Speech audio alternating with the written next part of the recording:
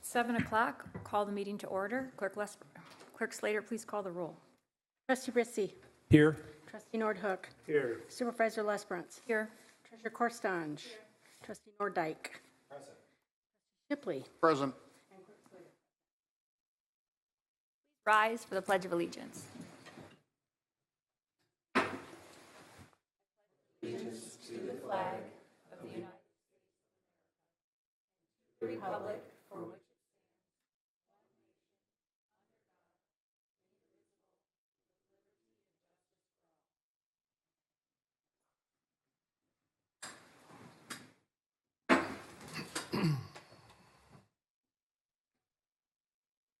Article 3, approval of the agenda. Point of information, the amended zoning ordinance is anticipated to be up for this board's discussion and approval at the first meeting in February. With that, is there a motion or discussion for tonight's agenda? Shipley makes a motion to approve the agenda, both the regular minutes and the closed session of last meeting. A motion by Trustee Shipley, supported by Clerk Slater, to approve the agenda. All in favor? Aye. Having no presentations, now is the time for public comments on anything that is scheduled on tonight's agenda. So that would include the amendments to the hotel ordinance, also, or that's not already scheduled for a public hearing. So that would be any comments on the recommended amendments to the hotel licensing ordinance, the local purchasing policy draft, and also the drain assessment over in Hidden Hills. Any comments on those? Please state your name and address for record keeping and limit your comments to 3 minutes for the fairness of everyone. Thank you. Supervisor Lesperance, trustees, Manager Smith, good evening. My name is John Galuli. I'm corporate counsel for Drury Hotels. We have local office here in Grand Rapids. I'm based in Detroit and primarily serve as counsel for municipalities just like yours across the state of Michigan. I'm accompanied by Ms. Jamie French, who's the general manager of your local property of Drury Inn here within Cascade Township. And we respectfully request that you remove the requirement of cameras in interior hallways and to issue, at the very least, a conditional license to an extremely good business within Cascade Township. The proposed requirement of cameras in almost every portion of our property is, quite frankly, and with all respect intended, far too broad, simply put, and it will not assist you in reducing your stated goals of reducing crime.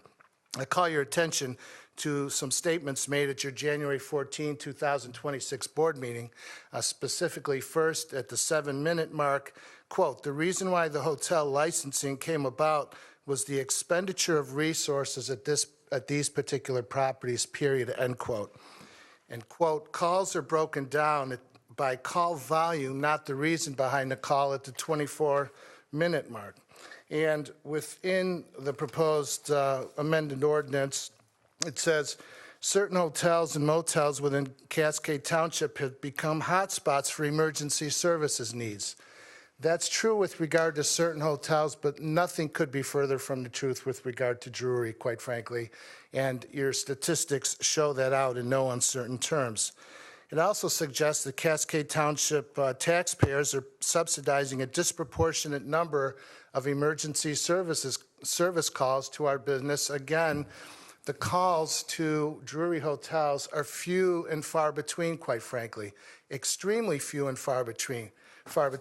The same does not hold true with regard to our neighbors, a hotel that I won't mention by name, but we are completely different. Even a quick drive-by will show you, I know your sheriff's department and your fire department show that there are very irregular calls and no violent crimes whatsoever at that address for many, many, many years. Serious law enforcement incidents have occurred at these hotels and motels, including a murder and several overdoses. Nothing at our hotel that even remotely approaches that, our hotel, quite frankly, that approaches that.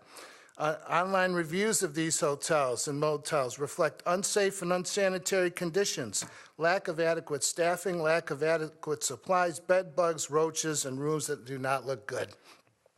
Nothing could be further from the truth, with all due respect. Thank you, sir. Your time is up. May I please, with privilege, just a couple more things? Fair to everybody, and we're trying to be consistent. Thank you very much. I'd encourage you, please, eliminate it. We want to continue the Thank you, dialogue. sir. Thank you, Supervisor.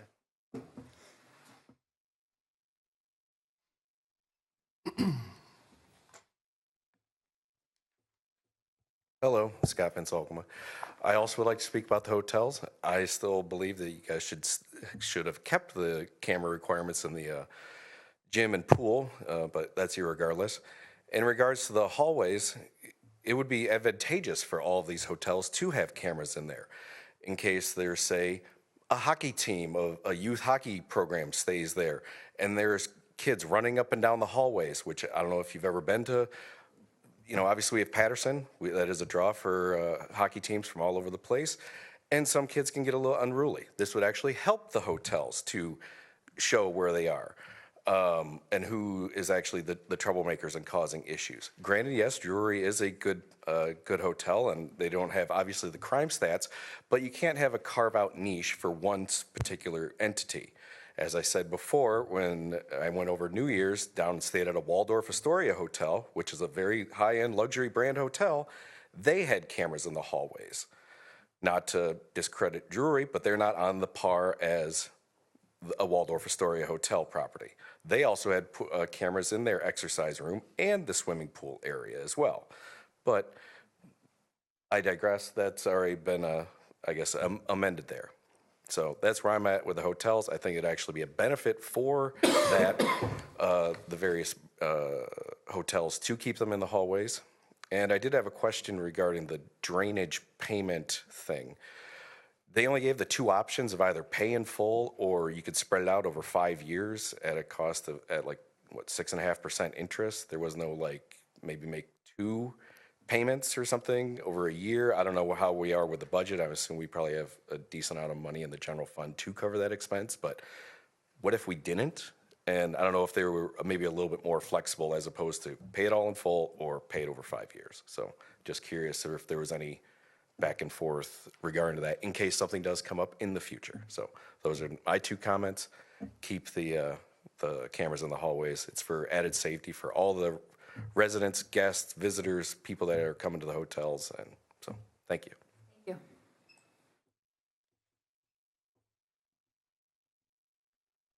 Good evening, everybody. My name's Jamie. I'm the general manager at the Drury Inn & Suites Grand Rapids. I've been working for the company for the past 10 years, and I've been the general manager for the last 3 years. It's been a super important thing for me to make sure that the hotel maintains a safe environment for our guests and the staff there, and we've been able to do that over the past 10 years. To put a couple things in perspective, last year we ran a 71% occupancy for us at a 180-room hotel. That's over 46,000 room nights. We had 27 notable instances where the police had to come out to the location. None of those have been for violent crimes, and not all of those do we have to call for at the hotel. Sometimes the guests need to call for those things. We also, if you look at TripAdvisor, over the 3 years that I've been the general manager there, we've maintained a #2 in Kent County for #2 out of all hotels, and we've been #1 in Cascade for the 3 years that I've been the general manager there as well.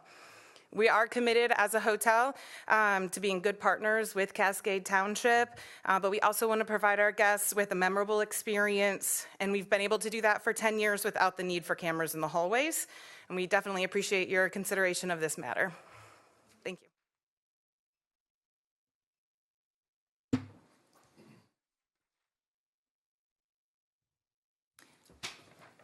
No virtual comments? Article 6, approval of the Township Board minutes from January 14th. Motion by Clerk Slater, supported by Treasurer Corstange, to approve those minutes, regular and closed. All in favor? Aye. Opposed? Motion carried. Article 7, approval of the consent agenda. Is there a motion or discussion? Make a quick discussion.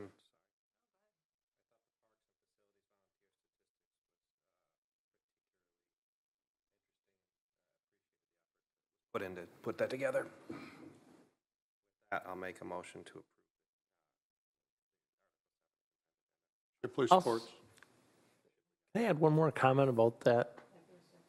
On the planning department report, I noticed that for the zoning board of appeals, it mentions next to trustee Nordhook's name, trustee, but on the planning commission side, next to Wendy, it just says board.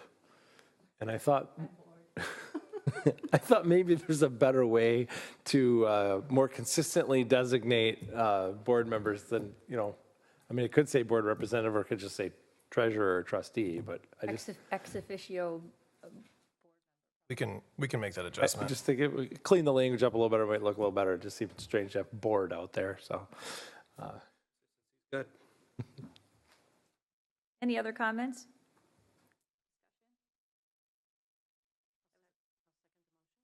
There was a motion by trustee Nordike.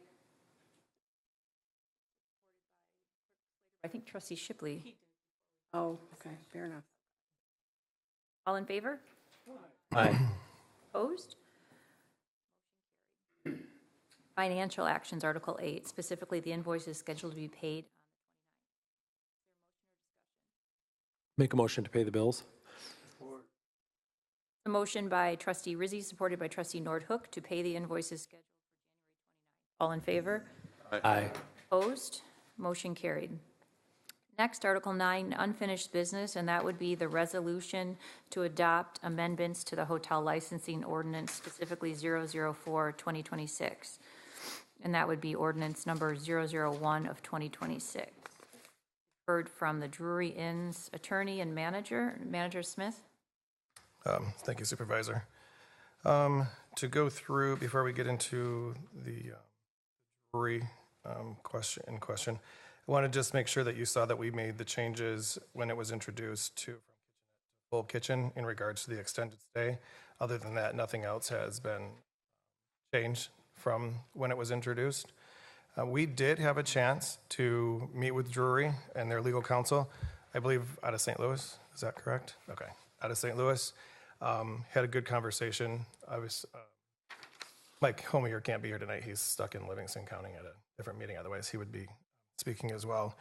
But through that conversation, it seemed that there was more of a corporate policy than it was a legal reason why cameras should not be allowed in hallways.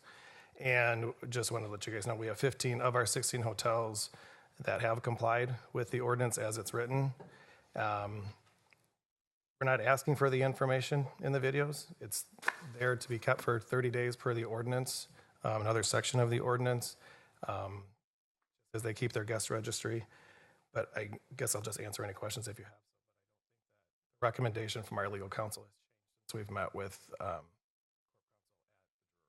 Was Attorney Homier Township's counsel, did he know of any case law that, that the township could be violating by requiring cameras in hallways? No, he did not. Of any state statutes or any No, he did not. legal basis for why that request might not be valid? No.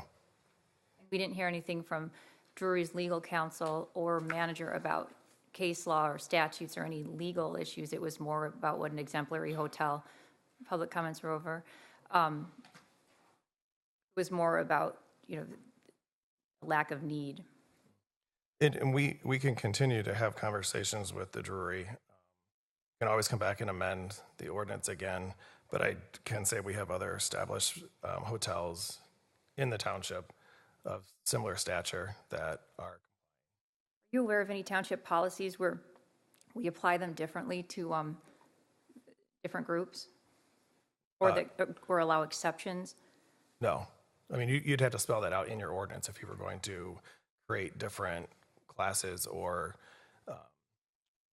ways to apply the ordinance based on a certain criteria, but it had to be spelled out. So to that point, if you wanted to do something like that, I mean, it'd be there'd be a potential there, maybe say that locations that had a certain number of, say, crime statistic or something, once you hit that, it would trigger the need for the cameras, but if you stayed below that threshold, it wouldn't be necessary. You could explore something like that. Might be a driver to keep somebody on one side of the line versus the other.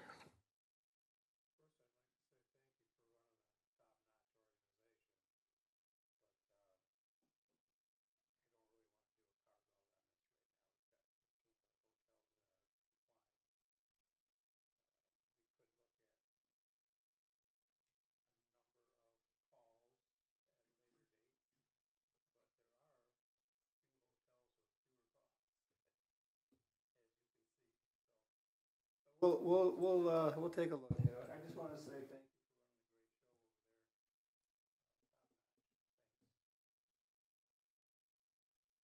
you. I think that Scott's got a very interesting point there that we could explore later down the road. We should definitely recognize and reward those organizations and establishments that are doing well.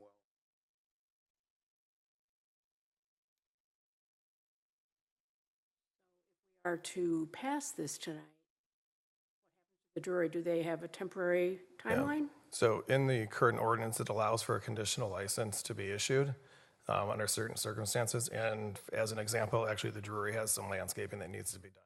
They clearly can't do that in the middle of the winter. So the conditional licenses will be issued. We don't want to put them out. Don't want to close their doors. We had that conversation with their legal counsel as well. So we would continue on that path and put together a conditional issuance of their license as we work through this process. Additional discussion? With that all said, and there's definitely an open path to work with the jury, and the consideration that the other motels have already complied, I think that it would be difficult to go back to the other hotels and say, okay, we're going to strike this from the ordinance. So with that, I make a motion that we adopt the amendments to the hotel licensing ordinance as presented and encourage the continued conversation between your staff and explore the possibility of changing some of the ordinances in the future to reward those hotels that have gone above and beyond. Do that before they spend money on cameras. I don't want to put this off a year. So, John, just so we're clear on this motion, are you, in addition to exploring, looking into other options down the road that might give hotels that are in compliance, in addition to different dialogues that could change this in the future, does your motion still include adopting the recommended ordinance with the specific amendments in the recommended board action? Correct. As stated? Correct. Is there a second? A motion by trustee Shipley, supported by trustee Nordhook, to approve the hotel license ordinance amendments as stated in the staff RBA, items 1 through 4, with the additional directive to pursue additional conversations and dialogues about possibilities.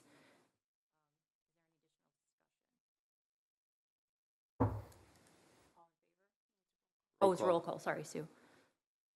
Shipley? Yes. Dyke? Yes. Treasurer Corrston? Yes. Trustee Rissy? Yes. Slater, yes. Supervisor Lesper? Yes. Motion carried. Thank you for coming this evening.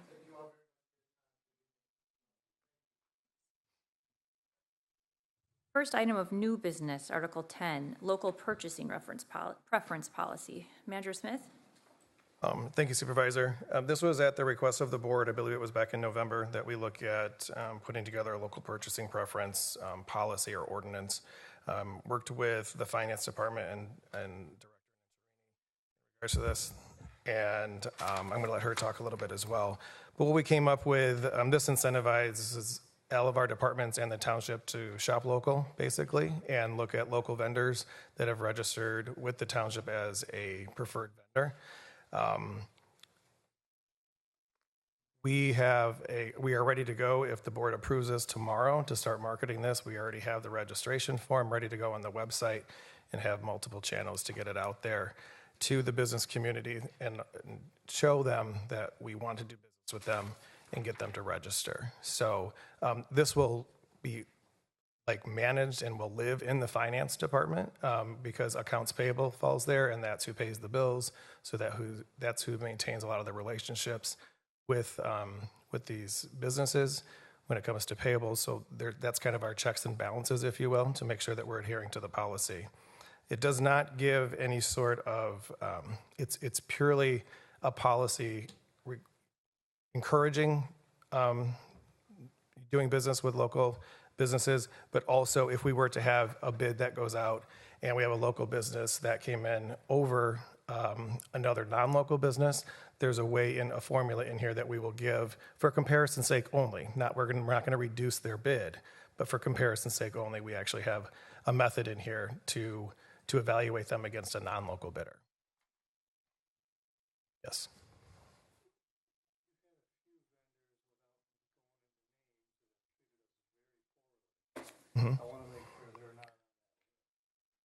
I can't keep anybody from registering, but we do have, and I will let Lorna speak to this, they have to be a responsive and responsible bidder, and it's actually laid out here in this policy that they have to be in good standing with the township in order for us to award any sort of work. We would do that with or without this policy. Okay, thank you. Did you have anything more, Lorna?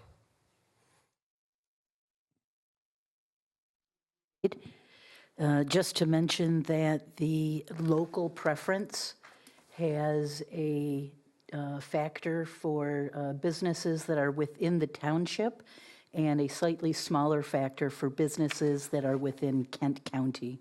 So we are recognizing the two circles of influence and taxpayers. Yeah, I liked that. Well, I'm glad that she said that too, because that has actually come up in some of our recent bids.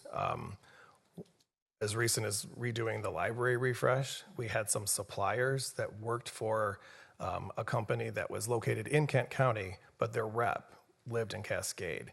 So we thought that was appropriate to go ahead and do. It's really geared at the business. It's not geared at whoever works for the business or where they reside, but it's really geared. But we thought that was appropriate to include all of Kent County. In as much as this gives preference to our local businesses that we honor and cherish to stay around, and it sounds like it also protects the taxpayer as well. I make a motion that we go ahead with the local purchasing preference policy as drawn up by our staff. A motion by trustee Shipley, supported by trustee Nordhook, to approve the purchasing preference policy as presented. All in favor? Aye. Opposed? Motion carried. Director Nancherini and also Manager Smith. Next, item of new business B, authorization to pay Hidden Hills drain assessment and amend the fiscal year 2026 budget. You want me to give it directly to Lorna, or? Sure. Okay. Thank you, Supervisor. As the RBA explained, we received an invoice from the Kent County Drain Commissioner. If you're interested in drain code that's as complex as the IRS code, look up Public Act 40 of 1956. We never know when we will receive an invoice of this type. As an audience member mentioned, we have the option of paying a full $113,000 assessment now, or we have the option of spreading it out over the next 6 years at a 6.5% interest rate. We are obligated to pay at least the first annual installment. If we choose to make an annual installment next year, or pay off the rest of the outstanding balance next year. That's also an option. The township is in the enviable position that we do have the fund balance that we could pay off the full assessment. And I will say we are not receiving anywhere near 6.5% interest rate on our investments right now. So it's actually a smarter play to pay the whole 113. And we would need a budget amendment, which is included in the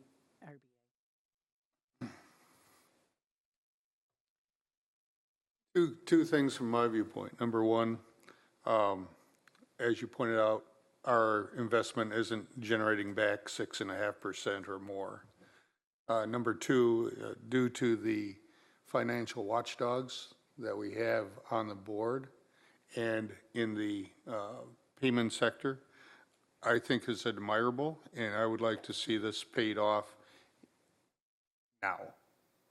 That way we don't have to worry about future. Nobody knows what's going to happen next year, or year after that.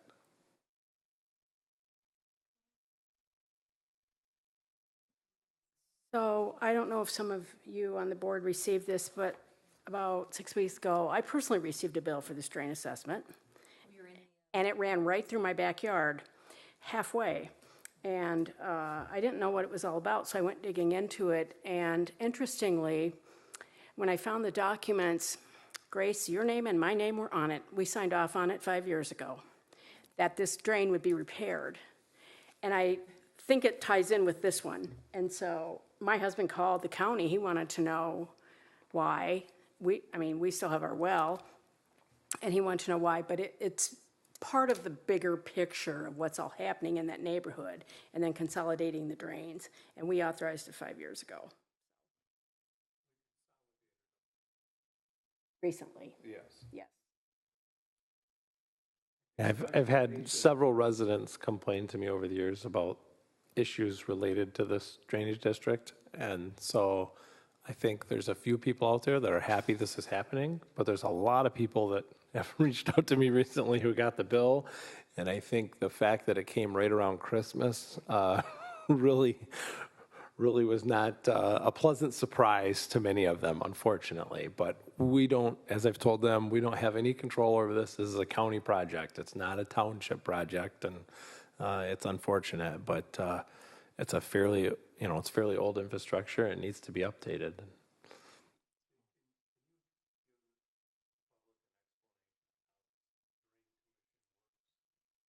How they are the sole. They can do whatever they want. I am going to, okay. They get I'm not an crowned. expert. Probably someone's going to quote me as saying something incorrectly. So I might have to use Lauren as well. And I don't know if the way that Kent County Drain Commissioner operates is different than the county where I came from. But this takes years to petition the work on a drain. And it goes before a board at the county that considers all this. And then they go through the same thing we would do on any of our infrastructure projects, which is estimate the cost. I don't think they have to go as far as run a roll. I'm not 100% sure about that. They But do, then, and there's a day of apportionment also. yeah, so there's an opportunity for residents to go and speak at the drain commissioners' meetings in front of this board and voice their concerns, either against it or for it. Is it, Jade, is it initiated by a developer wanting to, or no? Like 1987 would be It can be hidden as- initiated by anybody. We could, as the township, initiate it's called petitioning. So you petition the drain commissioner to look into this.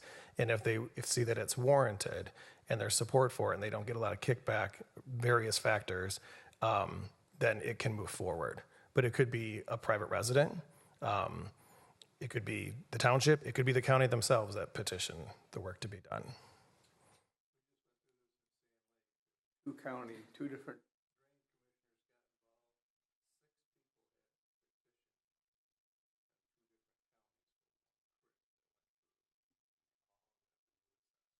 Yeah. Do you want to add anything else, Lorna, that I don't know? That was real basic, but okay. And we can do another education piece, and it may be something good for us to put in the next newsletter Actually, not the next one because it's already at the printers. But the one after that, we could do a little piece on drain assessments in general, and just so there's an education piece out there about how the process works. State of Michigan gives the Drain Commission a lot of authority and They do. leeway on these things. They do, yes.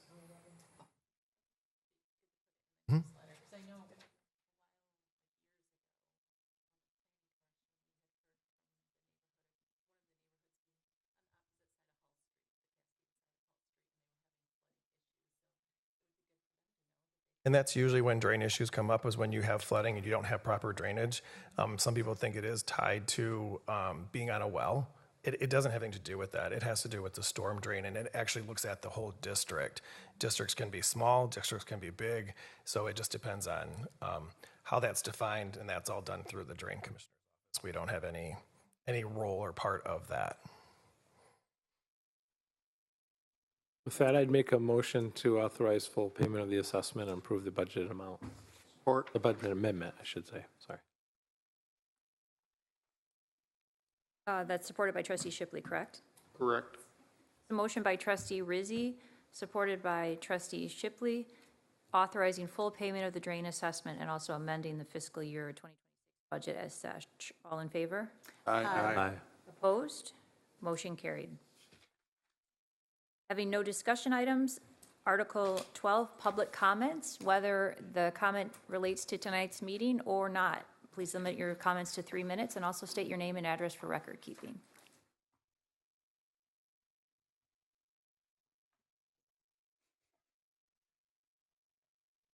Might as well.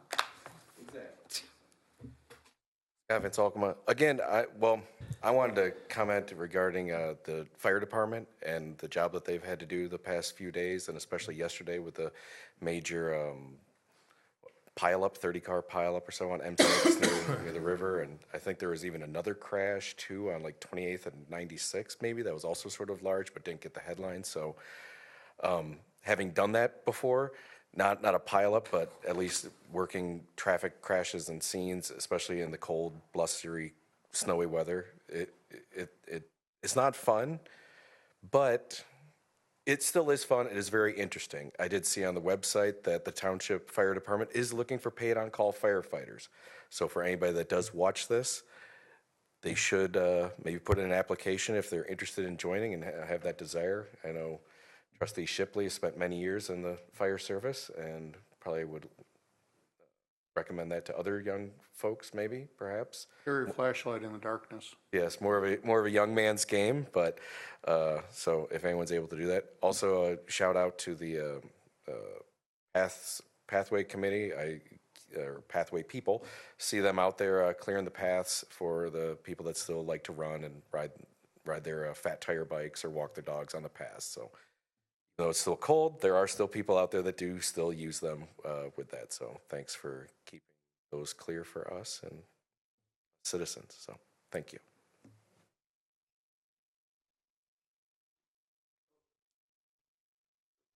Have to then pay that bill, or does this get covered by that $130,000? I still have to pay my bill. Oh, okay. I didn't know how that works. Right before winter taxes, right around Christmas. Super Nice. fun. And is it small, or is it like a big? It's like 1,000 something. It could be a lot worse. So, Right. But all right. Thank you.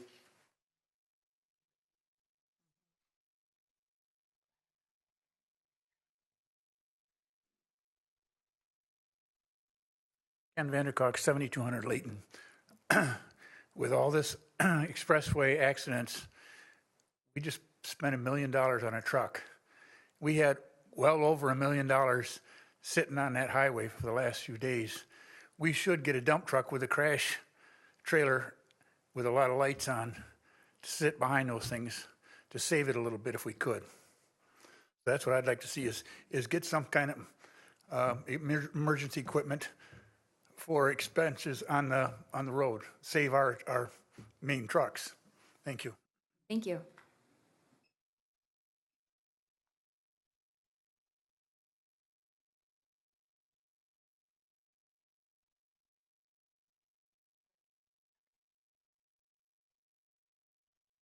There are no more public comments, manager comments.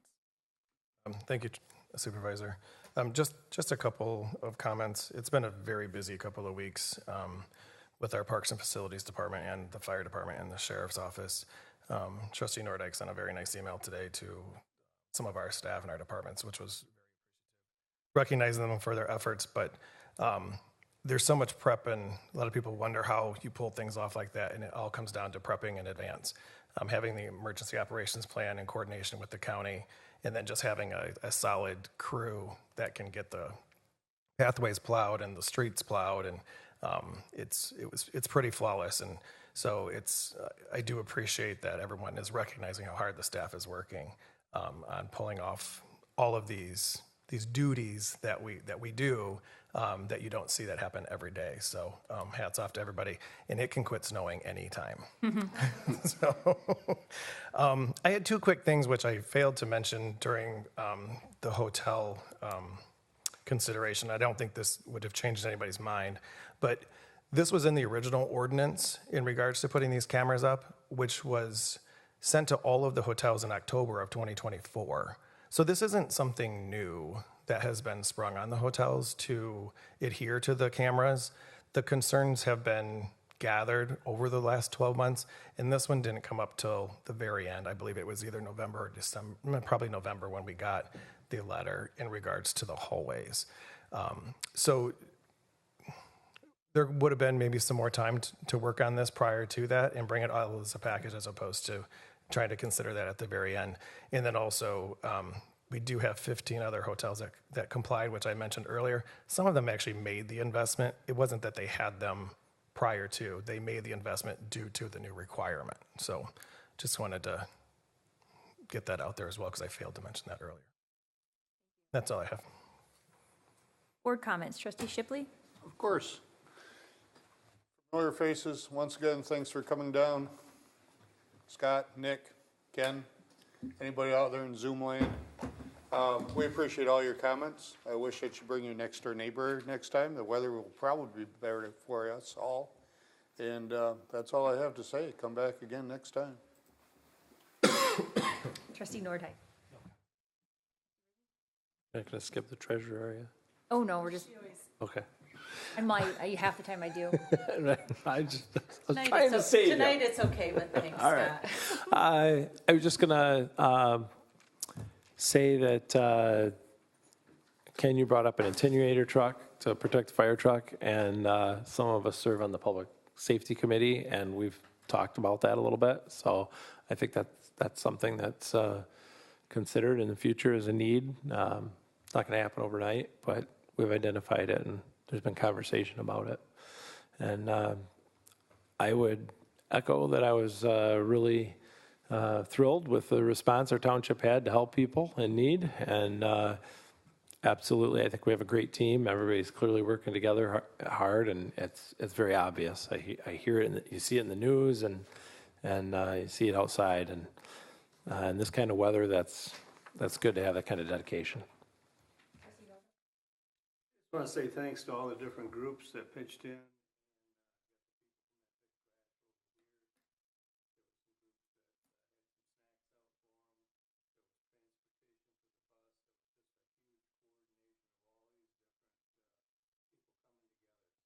Thank you to all those groups.